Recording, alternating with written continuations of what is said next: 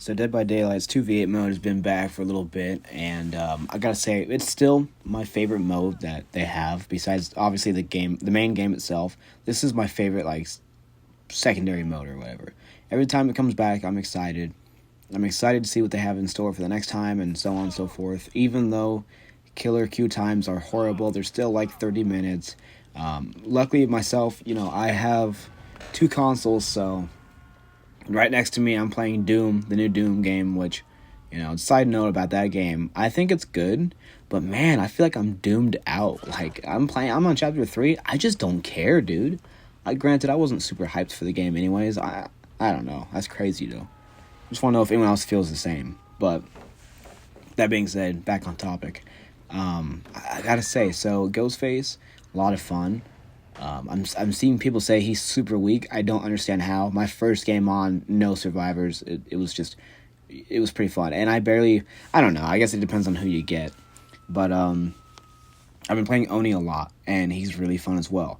Of course, there's some OP combinations, like with Legion and Oni and so on and so forth. But like, I don't think this mode could ever truly be balanced, no matter what you do. So just the way I think of it, it's just a party mode, You can't take it too serious, but it can be frustrating for sure. So they have the crystal shard things, I forget what they're called, but they're from the Halloween Void thing, that event, so that's pretty cool. At the very least, they changed the colors so that it looks like just smoke grenades, kind of, That's kind of nice. I didn't think they'd even do that, but I like this. It's a new item, even though you can't get it organically. You'd have to just find it in a chest. So I just wish there was more ways to get things, like, like, I don't know, just a way to get certain items besides just finding them randomly. Also, so with the last 2v8 it was Resident Evil themed, and so they had the herbs and whatnot, the red, yellow, green. Wait, did they have red? I can't remember. Either way, they need to bring these back in a way of a different item. Like, obviously, they don't need to be herbs because it's not Resident Evil themed, but just some type of item that shows, like, hey, if you get this, it's going to remove a hook state, or if you're a killer, it's going to give you more haste. Like, I think these items need to come back. I think they just need to throw every single item they can in the game, and while that might seem stupid or OP as well for survivors especially, I think, like I said, it's a party mode, essentially. Who cares? Just do it.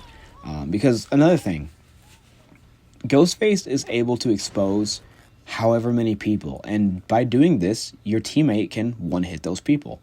And it's just not fun getting one-hit all the time, It's just not fun when you get ganged up on all the time. So I think having these special powers, or whatever you want to call them, because they're not herbs, having these to remove a hook state, it's a little more forgiving when you're going against a team that can just annihilate you. Granted, there's times when you absolutely do cook the killers, but still, I don't know.